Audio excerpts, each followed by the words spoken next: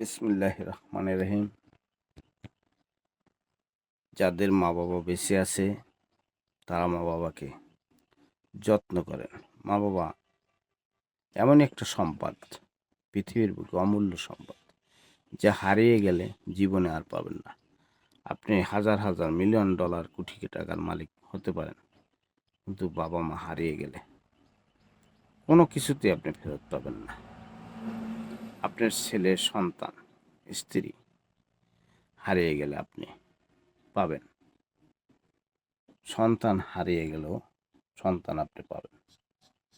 কিন্তু বাবা মা এমন একটা সম্পদ, যে সম্পদ চিরতরে হারিয়ে গেলে, চিরজীবনে চিল্লিয়ে মারা গেল আর পাবেন না।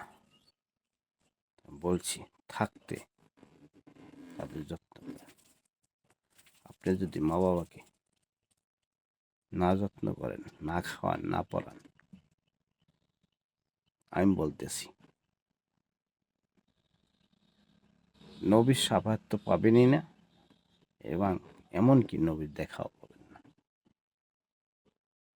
এখনো সময় আছে, তওবা করেন, মা বাবার যত্ন করেন, আল্লাহ মাফ করে দিব। তওবা করতে লজ্জা কিসের? আপনি তো আল্লাহর কাছে মাফ চাইতেছেন। আল্লাহ নবীর পরে মা বাবার স্থান।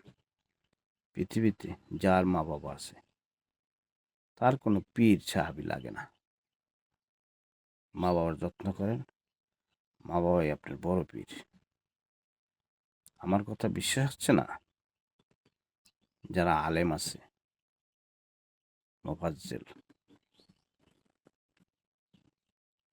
ওলি আল্লাহ, তাদের কাছে জিজ্ঞেস করেন যে মা বাবা কি জিনিস। মা বাবা থেকে আপনি আল্লাহর রহমতে পৃথিবী দেখছেন মা বাবার উচিলায়। সেই মা বাবাকে আপনি চেনেন না? প্রশ্নই আসে না আপনাকে আমার নবী চিনব, আমার আল্লাহ আপনাকে চিনব, কোনো প্রশ্নই আসে না। আমি চ্যালেঞ্জ করে বলতেছি, যদি আমার কথা বিশ্বাস না হয়, আপনি ভালো ওলামায়ে কেরামের কাছে জিজ্ঞেস করেন যে কি বলছি আমি। থাকতে চিনেন, চলে গেলে চিল্লে এলো কাজ হবে না। কোটি কোটি টাকা দিবেন, পাবেন না, কোথাও পাবেন না। এমনকি সারা জীবন বরবাদ হয়ে যাবে, আপনি চিরজীবনের তরে তাকে খুঁজেও পাবেন না। এমনকি অলি আল্লাহর চেয়েও, যার সন্তান তার মা বাবা সন্তানের কাছে পীরের চেয়েতেও বড়। আল্লাহ বলছে যে আগে মানুষকে চেনো, মানুষকে ভালোবাসো, মানুষকে ভালোবাসেই আমার রাসূলকে পাবা, রাসূলের ভালোবাসাই আমার ভালোবাসা। এমনও হতে পারে যে আপনার বাবাও নেই, মাও নেই। দয়া করে আজই তওবা করেন এবং আল্লাহর হস্তে মা বাবার কবরের কাছে যেয়ে কবর জিয়ারত করে মাপ চান, ক্ষমা চেয়ে নেন এবং আল্লাহর কাছে আমিন ধরে চিরতরে বলেন, হে আল্লাহ, আমি অনেক ভুল করেছি, আমি পাপ করেছি, আমি গুনাহগার। আমার মা বাবাকে আপনি হেফাজত করেন, তাদের কবরের গুনাহ মাফ করে দেন, তাদেরকে ব্যস্তবাসী করে দেন।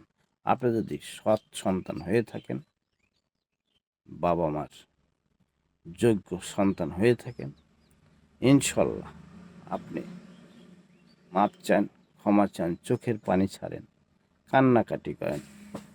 সন্তানের কথা, সন্তানের দোয়া মা বাবার জন্য অতি প্রয়োজনীয়, এবং ভবিষ্যতে মা বাবার কথাও, মা বাবার দোয়াও সন্তানের জন্য অতি যত্ন সহকারে অতি প্রয়োজন।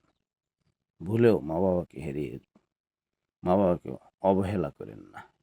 যদি করে থাকেন, খাওয়ান না, পরান না, ভাত কাপড় দেন না, লাঞ্ছনা করেন, মারেন, কাটেন, বৃদ্ধ হয়ে গেছে, তাদের দাম নেই, তাদেরকে আপনি জিগেন না, পড়েন না, খাওয়ান না।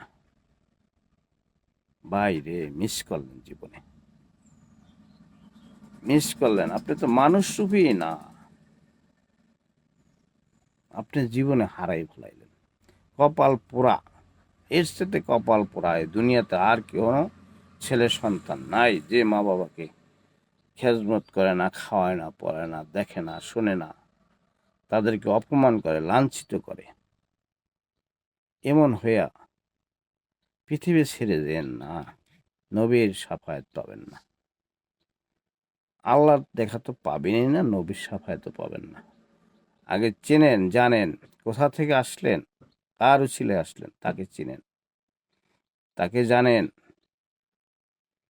সে একদিন মা যে কষ্ট করেছে, আপনার চিরজীবন যদি তার আপনার চামড়া খুলে জুতাও বানাই দেন, ঋণ শেষ করতে পারবেন না ভাই। মায়ের দুধের ঋণ তো শেষই করতে পারবেন না। এখনো সময় আছে, মা বাবা যাদের আছে, যা পারেন তাই দিয়ে তাদের সন্তুষ্ট করুন। আপনার জন্য আখরাত খোলা।